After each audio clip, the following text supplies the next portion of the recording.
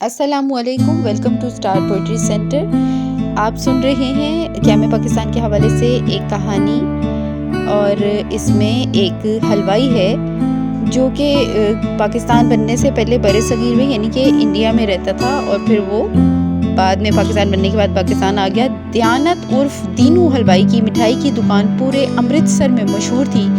लड्डू, बर्फ़ी, गुलाब जामुन, चमचम, गज जो भी मिठाई हो इसे बनाने में कमाल हासिल था, मगर इसकी बनाई खस्ता लजीज अमरतियों के चर्चे तो ज़ुबाने ज़दे आम थे। दीनू बला का खुश मिजाज इंसान था। बच्चे हों या बड़े, हर किसी से खुश इखलाकी से मिलता। पूरे गांव में किसी को भी रुपए पैसे की तंगी होती या कोई और परेशानी होती, वो बिला झिझक दीनू के पास चला आता और दीनू इसकी मुश्किल का कोई ना कोई हल तो निकाल ही लेता। दीनू बहुत ज़्यादा अमीर तो नहीं था, मगर एक अच्छी और बेफिक्र ज़िंदगी गुजार रहा था। दूसरा, वो कनात की दौलत से मालामाल था, लिहाजा हर वक्त खुशबाश नजर आता। यानी अल्लाह ताला ने उसे जिस हाल में रखा हुआ था उसमें वो खुश रहता था। इसकी बीवी खैरा भी बहू इसी की तरह थी। वो सुगड़ होने के साथ साथ निहायत किफायतशुमार भी थी। जिंदगी की गाड़ी कामयाबी से चल रही थी। दीनू का एक ही बेटा था जिसकी उम्र 4 साल थी। नन्हे मुन्ने गोल मटोल से अहमद को वो जब भी देखता तो प्यार करने लगता। पूरे गांव में दीनू की इज्जत थी। दीनू के हर किसी के साथ अच्छे मरासिम थे, मगर विक्रम सिंह इसका लंगोटिया यार था। इसकी थोड़ी सी जमीन थी जिस पर वो खेती बाड़ी करता था। इसके माली हालात खासे कमजोर थे। दीनू भी वक्तन फवक्तन इसकी मदद करता रहता था। वैसे भी इस वक्त सस्ता जमाना था, सादा लोग थे, जरूरियात महदूद थी, इसलिए जिंदगी इतनी मुश्किल नहीं थी। टीवी, केबल, इंटरनेट, इन चीजों का तो तस्वुर भी नहीं था। वाहिद तफरी की चीज़ अखबार या फिर रेडियो, जो इस वक्त नया नया आया था और दुनिया की एक अनोखी चीज़ लगता था, यानी रेडियो का जब दौर था तो यही सुना है कि उस वक्त के लोग मरते थे रेडियो पर, यानी कि उनके लिए बस हर वक्त मसरूफियत रेडियो थी। दीनू ने रेडियो क्या खरीदा, पूरा गांव इसे मुबारकबाद देने के लिए घर आ गया। फिर रोज़ इसके घर देर तक महफिल जमने लगी। लोग आते, खबरनामा सुनते और फिर तबसरा करते हुए अपने घरों को जाते। यही वजह थी कि अब लोग हालात से खासे बाखबर रहने लगे थे। मुस्लिम लीग और कांग्रेस के लीडरों की तकरीरें सुनकर इनके मौक़िफ़ का अंदाज़ा हो गया था। फिर ये बात हर जगह फैल गई कि अंग्रेज़ सरकार ने हिंदुओं और मुसलमानों के लिए एक अलग मुल्क बनाने की मंजूरी दे दी है। दीनू एक सीधा सादा सा आदमी था जिसके लिए अपने घर, अपने गांव से अलग होने का ख्याल ही परेशान करने के लिए काफ़ी था। इसके यार विक्रम ने भी इसे यकीन दिलाया कि दीनू को कहीं भी जाने की ज़रूरत नहीं है, पूरा गांव इसके साथ है। गांव में मुसलमान अक्सरियत में थे जबकि हिंदुओं की तादाद काफ़ी कम थी, मगर लोग अभी तक तो इत्मीनान से रह रहे थे।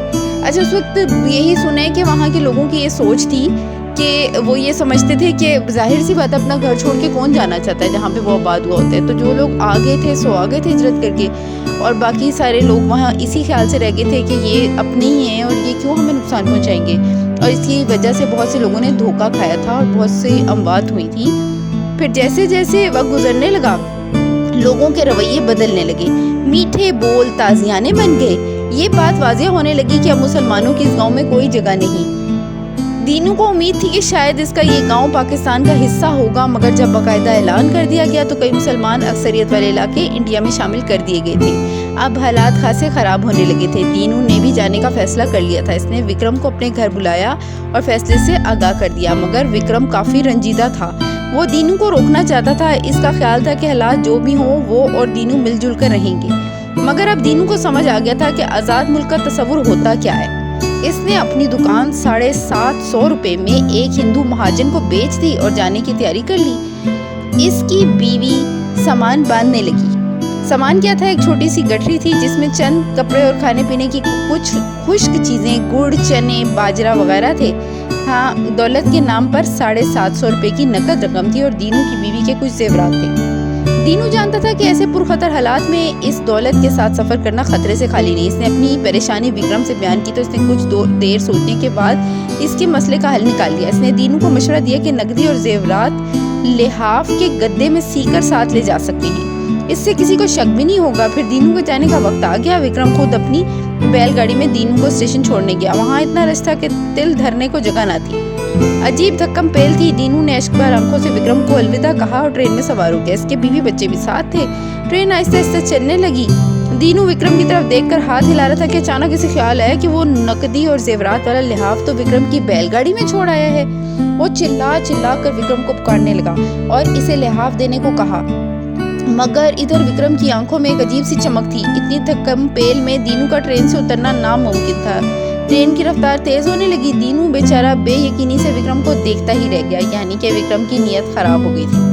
इंतहाई खूनरेज हालात का सामना करने के बाद जब ट्रेन पाकिस्तान पहुंची तो इस लुटी पुटी हालत में भी लोगों की आंखों में तशक्कुर के आंसू थे। ट्रेन में जितने लोग थे इनमें से जो सही सलामत पाकिस्तान पहुंचने में कामयाब हुए, इनकी तादाद आटे में नमक के बराबर थी। दीनू भी इन्हीं खुशकिस्मत लोगों में से एक था। इसने खुदा का शुक्र अदा किया, पाकिस्तान की मुकद्दस सरजमीन पर सजदा रेज हो गया। रिलीफ कैंप में पहुंचकर भी दीनू की हालत गैर थी। इसकी सारी जमा पूंजी इसी लिहाफ में थी। वो दिन रात इस गम में घुलता जा रहा था। अब इसे कोई भी काम चाहिए था जिससे वो अपने बीवी बच्चे की रिहाइश और खाने पीने का बंदोबस्त कर सके। फिर एक दिन वहाँ ड्यूटी पर मामूर डॉक्टर साहब ने दीनू की शराफत और इखलाक को देखते हुए इसे अपने यहाँ खानसामा की नौकरी दे दी और रहने को घर भी दे दिया, यानी कि छोटा सा क्वार्टर। डॉक्टर साहब एक नेकतर इंसान थे, खुदा तरस इंसान थे। बेगम साहिबा भी बहुत अच्छी थी। दीनू डॉक्टर साहब के यहाँ काम करते हुए खुश तो था मगर मुतमईन नहीं। वो अपनी मिठाई की दुकान फिर से खोलना चाहता था, क्योंकि ये हकीकत है कि इंसान की जो एक आदत डेवलप हुई होती है ना, जो प्रोफेशन होता है उसका, वो वही काम करना चाहता है।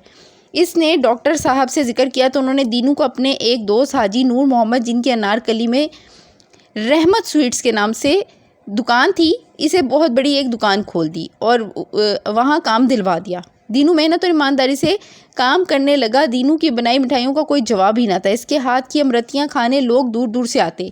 रहमत स्वीट्स का कारोबार दिन दुगनी रात चुगनी तरक्की करने लगा। दीनू के हालात सुधरने लगे थे। अब इसने 2 कमरों का एक छोटा सा मकान भी किराए पर ले लिया था। इसका बेटा स्कूल जाने लगा था।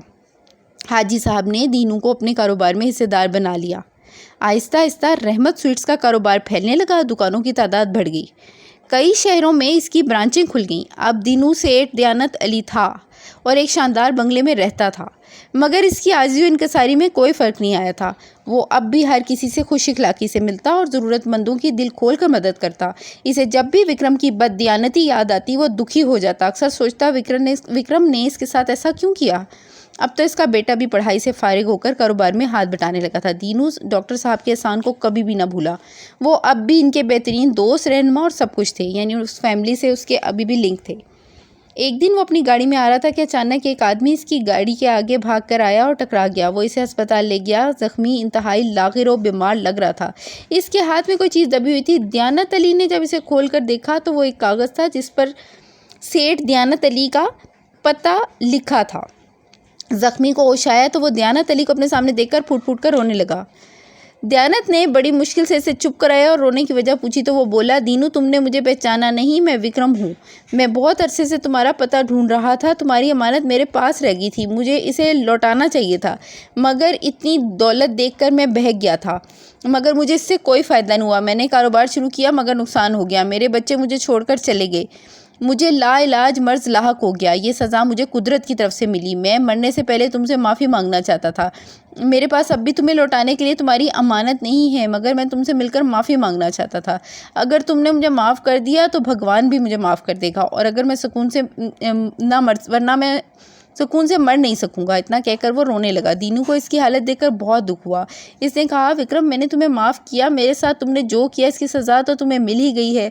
अब मैं बदला नहीं लूँगा, क्योंकि माफ़ करना ही सबसे बड़ी नेकी है। हमारे नबी सल्लल्लाहु अलैहि वसल्लम ने हमें यही सबक सिखाया है।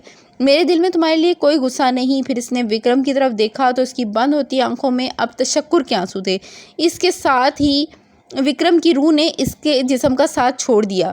ये हकीकत है, सुना यही है अपने बड़ों से कि अमानत का मामला ऐसा होता है कि जब तक कोई शख्स किसी की अमानत वापस ना करे तो वो अल्लाह ताला की तरफ से उसको मौत भी नहीं जल्दी जल्दी आती, या अगर वो मर भी जाए तो उसके पीछे रह जाने वाले जो बच्चे वगैरह होते हैं उन पे ये कर्ज़ होता है अगर किसी ने किसी की कोई अमानत देनी हो। तो ये ख्याल रखना चाहिए कि अगर आपके पास किसी की कोई अमानत हो तो कभी भी उसके साथ ख़यानत करने के बारे में मत सोचिए, क्योंकि इसका बोझ बहुत होता है। अल्लाह ताला की तरफ से बहुत सज़ा मिलती है। और कोई किसी भी मज़हब से ताल्लुक़ रखता हो, लेकिन कोई भी मज़हब बुराई का दर्स नहीं देता। यहाँ पर ये कहानी इख्तिताम पज़ीर हुई। کیا میں پاکستان کے حوالے سے ٹاپک تھا. تو اللہ حافظ.